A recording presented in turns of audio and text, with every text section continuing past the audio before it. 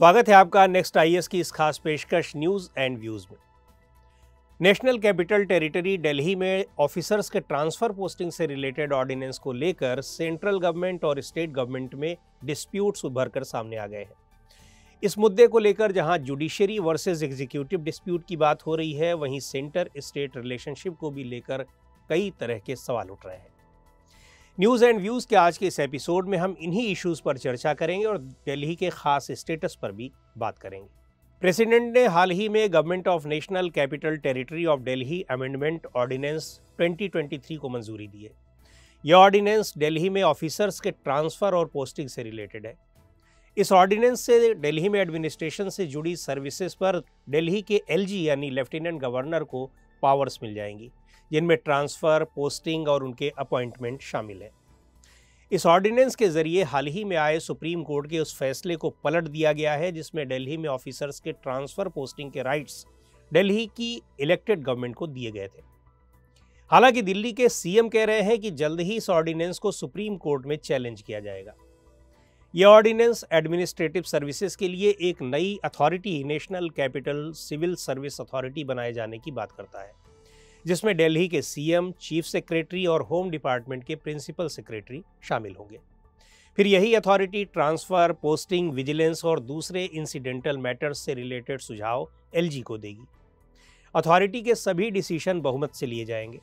इसका मतलब है कि सीएम का कोई भी सजेशन अथॉरिटी के 2 ब्यूरोक्रेट्स मिलकर रिजेक्ट भी कर सकते हैं। यही नहीं, इस अथॉरिटी के फैसले को एलजी रिकॉन्सिडरेशन के लिए वापस भी भेज सकता है और दोबारा भेजे जाने पर यानी दोनों के बीच डिफरेंसेस होने पर एलजी का डिसीजन ही फाइनल होगा। दरअसल कुछ लोगों का मानना है कि एडमिनिस्ट्रेटिव सर्विसेज के मामले में दिल्ली गवर्नमेंट का कोई कंट्रोल नहीं है, जबकि कुछ लोग कहते हैं कि ट्रांसफर्स और पोस्टिंग के मामले में गवर्नमेंट ऑफ इंडिया के ज्वाइंट सेक्रेटरी और उससे ऊपर के ऑफिसर्स में सभी पावर्स एलजी के पास ही होती है, जिसमें डैनिक्स, दिल्ली, अंडमान और निकोबार सिविल सर्विसेज भी शामिल हैं। ऐसे मामलों में यहाँ कोई भी फाइल मुख्यमंत्री से होते हुए ही एलजी के पास जाती है। सुप्रीम कोर्ट में हियरिंग के दौरान सेंट्रल गवर्नमेंट ने इस मसले को बड़ी बेंच को भेजने की बात कही थी।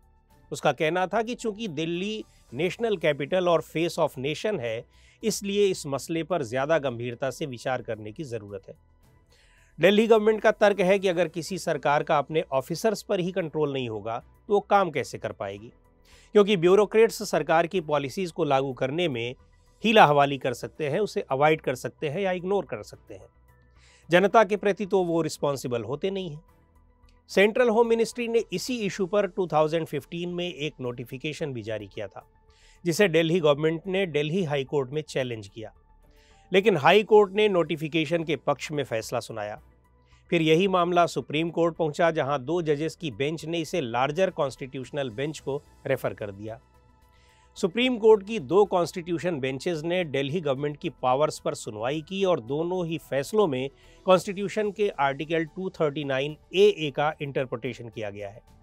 ये वही आर्टिकल हैं जो नेशनल कैपिटल यानी दिल्ली में गवर्नेंस स्ट्रक्चर से जुड़ा है। इस आर्टिकल में 2 चीज़ें हैं, एक रिप्रेजेंटेटिव डेमोक्रेसी और दूसरा इलेक्टेड गवर्नमेंट को लेकर फेडरलिज्म एंड अकाउंटेबिलिटी का इशू आता है। सुप्रीम कोर्ट ने अपने जजमेंट में दिल्ली को यूनिक मॉडल माना है जो दूसरों से अलग है। इसीलिए आर्टिकल 239 AA दिल्ली को स्पेशल कॉन्स्टिट्यूशनल स्टेटस देता है। सुप्रीम कोर्ट का ये जजमेंट दिल्ली सरकार के फेवर में आया। इस जजमेंट में principles of democracy and federalism को basic structure of the constitution माना गया और कहा गया कि भले ही दिल्ली को स्टेट का स्टेटस न दिया गया हो, फिर भी फेडरलिज्म का कॉन्सेप्ट यहाँ लागू होता है। सवाल उठता है कि क्या सुप्रीम कोर्ट का डिसीजन बदला जा सकता है? फिलहाल की स्थिति में ये ऑर्डिनेंस दिल्ली गवर्नमेंट से पावर्स लेकर एक अथॉरिटी को दे देता है।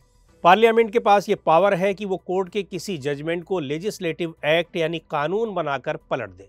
ऐसा कोई भी कानून रेट्रोस्पेक्टिव या प्रोस्पेक्टिव हो सकता है, हालांकि इसके लिए किसी ठोस आधार का होना बहुत ज़रूरी है। कॉन्स्टिट्यूशन का article 239 AA 69th amendment act 1991 के जरिए लाया गया था, जो S बालाकृष्णन कमेटी की रिकमेंडेशंस के आधार पर दिल्ली को स्पेशल स्टेटस देता है।